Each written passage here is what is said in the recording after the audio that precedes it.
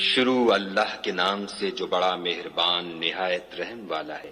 اے پیغمبر صلی اللہ علیہ وآلہ وسلم، اپنے پروردگار جلیل الشان کے نام کی تسبیح کرو، جس نے انسان کو بنایا پھر اس کے اعضاء کو درست کیا، اور جس نے اس کا اندازہ ٹھہرایا پھر اس کو رستہ بتایا، اور جس نے چارہ اگایا پھر اس کو سیاہ رنگ کا کوڑا کر دیا۔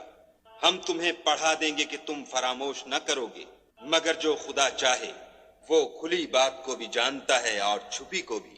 ہم تم کو آسان طریقے کی توفیق دیں گے، سو جہاں تک نصیحت کے نافع ہونے کی امید ہو نصیحت کرتے رہو۔ جو خوف رکھتا ہے وہ تو نصیحت پکڑے گا، اور بے خوف بدبخت پہلو تہی کرے گا۔ جو قیامت کو بڑی تیز آگ میں داخل ہوگا، پھر وہاں نہ مرے گا نہ جیے گا۔ بے شک وہ مراد کو پہنچ گیا جو پاک ہوا، اور اپنے پروردگار کے نام کا ذکر کرتا رہا اور نماز پڑھتا رہا۔